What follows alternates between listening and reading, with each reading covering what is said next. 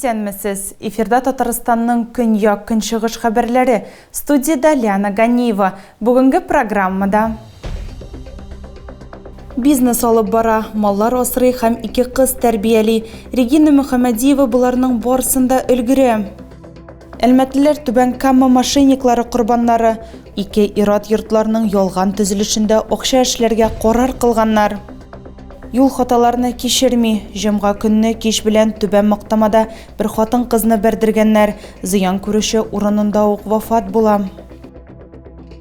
Бизнес алып бара, маллар асрый һәм 2 кыз тәрбияли. Ел хатын кызы, ел ират хатын кыз карашы республика конкурсы версиясе буенча хатын кыз бизнес леди номинациясында җиңүче Регина Мөхәммәдиева буларның барысында ничек өлгерүе турында сөйләде.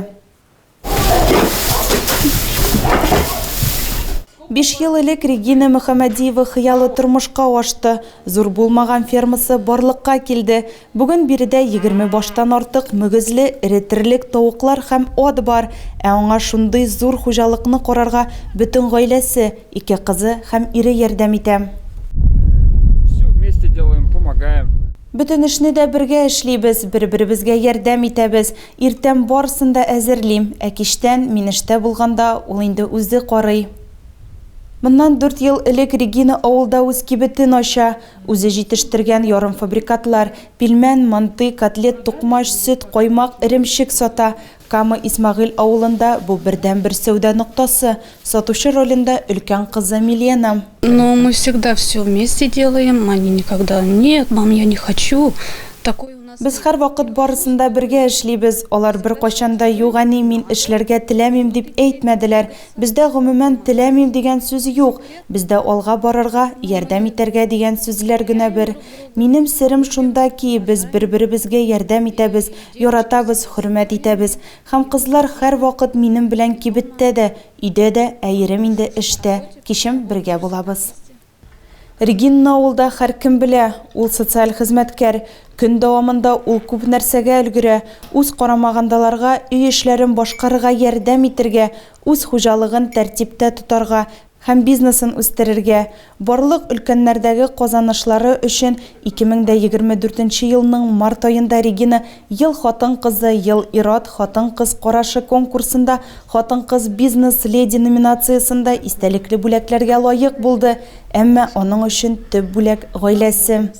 Регина Мөхәммәдиеваның планнарында бизнеста үсү генә түгел, ә кешеләр файдасында да хезмәт итүне дәвам итү. Әлмәтлеләр Түбән Кама мошенниклары корбаннары рәтендә. Хокук саклаучылар хәбәр иткәнчә 30 һәм 38 яшьлек 2 ират коттеджлар төзелешендә акча эшләргә карар кылганнар. Реклама ярдәмендә алар шәхси йортлар төзү өчен клиентлар тапканнар. Җинаятьчеләр оештырмасының офислары Яршаллыда һәм Казанда була. Җәмгыять 3 ай эчендә йортлар төзергә вәгъдә иткән, әмма берни дә эшләмәгәннәр.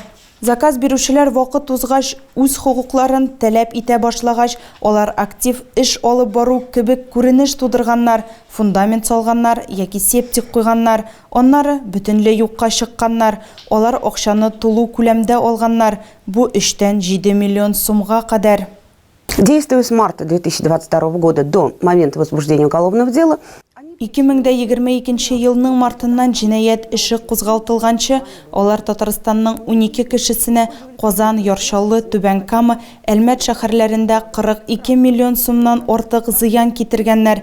Аларның күбесе гаилә ипотекасының кредит акчаларын кулланган. Аның шартлары йортны вакытында төземәгән вакытта процент ставкасын арттыруны күздә тота. Җинаять эше кузгату өчен сәбәп гражданнарның полициядагы гаризалары. Казанның Вахитов район суды 2 гаепләнүчене дә уешкан төркем тарафыннан я аеруча зур күлемдә кылланган яки гражданның торак урынга хукукыннан мәхрүм ителүенә китергән мошенниклыкның маддәсе буенча сак астына алды. Тамашачыларга бию, йөрәк яраткан әнигә. Абдрахман авылында балалар үз әниләрен зур концерт белән кутладылар. Бәйрәм мәдәният йортында узды.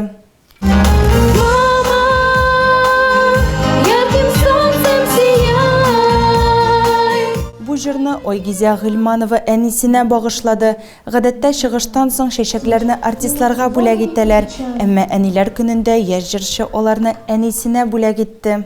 Мама – это самый близкий для нас человек, который подарил нам жизнь. Әни безнең өчен иң якын кеше, ул безгә тормыш бүләк иткән. Оннан башка без яши алмас идек. Мин аны бик нык яратам һәм миңа тормыш биргән өчен аңа бик рәхмәтлемен.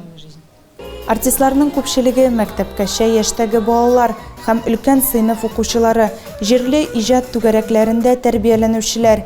Дарина Гыйльманова бию белән күптән шөгыльләнә, ләкин ул беренче чыгышы алдыннан кебек үк дулкынланды. Кыз бөтен күңеле белән биюгә бирелгән, ә йөрәге белән яраткан әнисенә. Мы готовились очень долго. Без бик узак әзерләндек. Хәзер хәтта уч төпләре тирләп чыкты. Бу бик мөһим концерт, чөнки әниләр көне. Әни ул бик якын кеше. Мин әниемне бик яратам.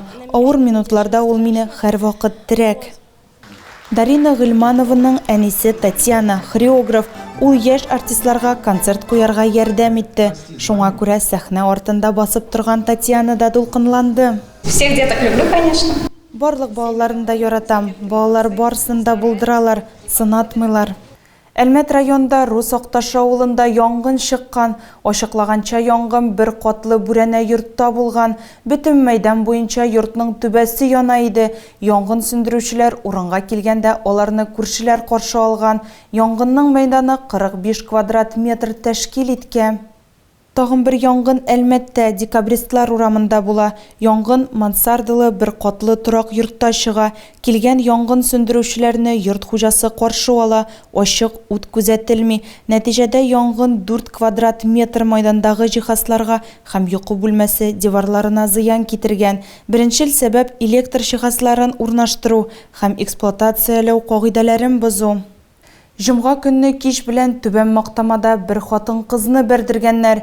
Юл хәрәкәте инспекторлары фаразлавынча 73 яшьлек машина йөртүче куркынычсыз тизлек сайламаган. Шул вакытта 78 яшьлек хатын кыз юлны билгеләмәгән урында үтәргә булган.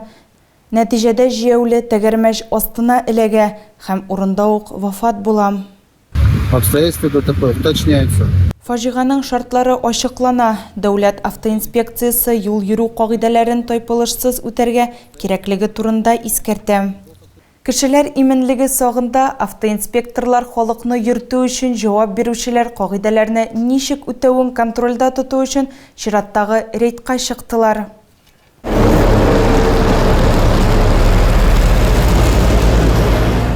ЮХИДИ хезмәткәрләре Кылшари бөҗрасында җәмәгать транспортын тикшерде. Агымдагы елның 10 аенда Татарстан Республикасында автобус йөртүчеләр гаебе белән 4 кеше һәлак булган. Бу юлы аз санлы пассажирлар йөртүчеләргә аерым игътибар бирелде. Аларда пассажирлар ташуга рөхсәт һәм техосмотр булуын тикшерделәр.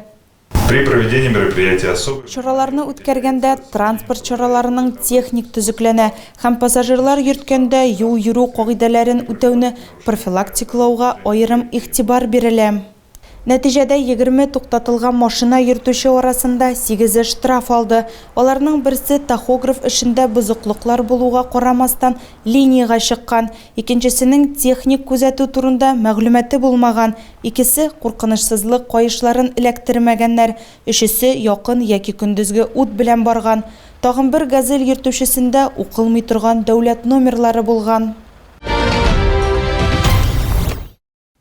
Тагы да күбрәк яңалыклар һәм тапшырулар белән безнең сайтта таныша аласыз.